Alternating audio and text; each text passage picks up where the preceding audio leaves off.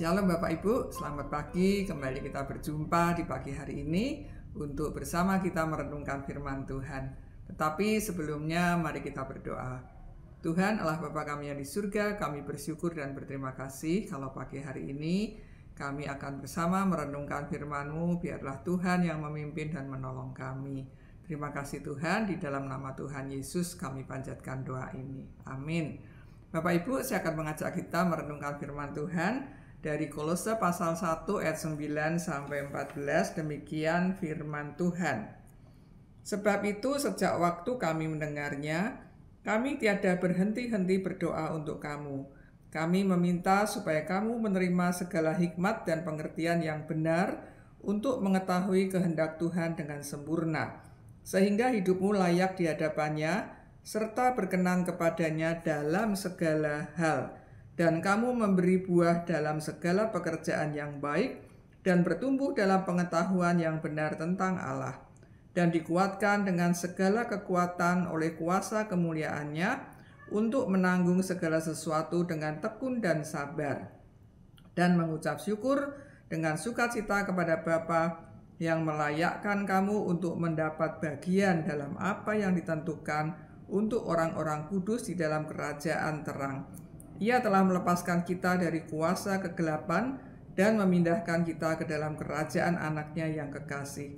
Di dalam Dia kita memiliki penebusan kita, yaitu pengampunan dosa. Bapak Ibu dikasih Tuhan, saya akan mengambil tema hidup baru.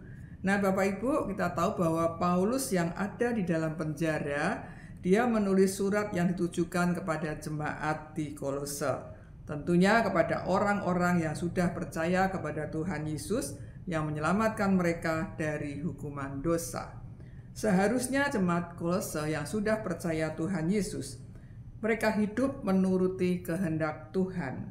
Tetapi saat itu jemaat Kolose sedang menghadapi masalah, yaitu mereka nyaris kehilangan pemahaman mereka tentang kekuatan yang mendasari kehidupan kekristenan mereka. Kenapa? Karena muncul pengajaran-pengajaran yang menyesatkan mereka.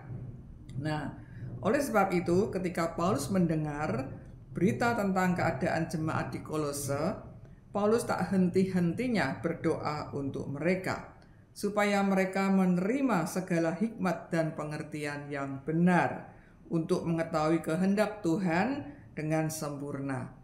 Mereka tidak terombang-ambing oleh pengajaran-pengajaran yang menyesatkan mereka, pengajaran-pengajaran yang tidak benar, dan hidup mereka layak di hadapan Tuhan, seperti yang tertulis di dalam ayat 10 dan 11, di mana mereka hidup memberi buah dalam segala pekerjaan yang baik. Mereka bertumbuh dalam pengetahuan yang benar tentang Allah. Lalu mereka juga dikuatkan dengan segala kekuatan oleh kemuliaannya untuk menanggung segala sesuatu dengan tekun dan sabar, sehingga mereka bisa mengucap syukur dengan sukacita kepada Allah Bapa yang melayakkan mereka untuk mendapat bagian dalam apa yang ditentukan untuk orang-orang kudus di dalam kerajaannya. Nah Bapak Ibu dikasih Tuhan, demikian pula dengan kita yang sudah menerima anugerah keselamatan dari Allah, Tuhan yang sudah menebus kita dari hukuman dosa. Seharusnya kita mempunyai kehidupan yang baru, yaitu hidup yang dipenuhi dengan hikmat dan pengertian yang benar tentang kehendak Tuhan. Supaya apa? Supaya hidup kita adalah hidup yang benar dan tidak mudah digoyahkan oleh ajaran-ajaran yang dapat menyesatkan kita, yang membuat hidup kita jauh dari Tuhan, bahkan meninggalkan Tuhan. Mari kita terus menjaga kehidupan baru kita bersama Tuhan Yesus. Supaya apa? Supaya hidup kita memberi buah dalam segala pekerjaan yang baik. Kemudian kita juga bertumbuh dalam pengetahuan yang benar akan Kristus. Dan kita dikuatkan untuk menanggung segala sesuatu dengan tekun dan sabar. Untuk itu kita harus terus-menerus dengan tak henti-hentinya saling mendoakan. Baik untuk orang-orang seiman kita dan untuk diri kita sendiri, supaya kita terus hidup di dalam hikmat dan pengertian yang benar tentang Kristus, dan dimampukan untuk menolak ajaran-ajaran yang ada di sekeliling kita yang menyesatkan kita, ajaran-ajaran yang tidak benar yang tidak sesuai dengan kebenaran firman Tuhan. Di dalam Efesus 5 ayat 8 mengatakan demikian. Memang dahulu kamu adalah kegelapan, tetapi sekarang kamu adalah terang di dalam Tuhan. Sebab itu hiduplah sebagai anak-anak terang. Amin. Mari kita berdoa.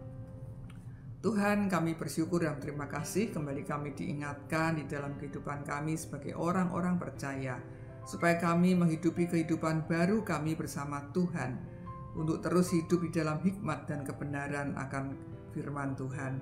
Tolong ya Tuhan, mampukan kami untuk kami hidup di jalan yang benar, dan tolong kami dalam menghadapi berbagai macam ajaran-ajaran yang menyesatkan. Biarlah Tuhan mampukan kami untuk kami bisa menolak ajaran-ajaran yang tidak sesuai dengan kebenaran firman Tuhan. Biarlah hidup kami terus setia dalam mengiring Tuhan sampai akhir hidup kami. Kami juga berdoa untuk setiap kami yang mempunyai pergumulan dalam hidup ini ya Tuhan. Mungkin mereka ada yang sedang mengalami sakit penyakit, ada yang sedang mengalami kesulitan ekonomi, ada yang sedang mengalami pergumulan dalam rumah tangga. Biarlah Tuhan yang menolong supaya kami terus bersandar pada Tuhan dan Tuhan yang akan membuka jalan buat kami untuk kami boleh keluar dari segala permasalahan kehidupan kami dan kami terus taat di dalam mengiring Tuhan. Terima kasih Tuhan, di dalam nama Tuhan Yesus kami panjatkan doa ini. Amin. Selamat pagi, selamat beraktivitas. Tuhan Yesus memberkati kita semua. Amin.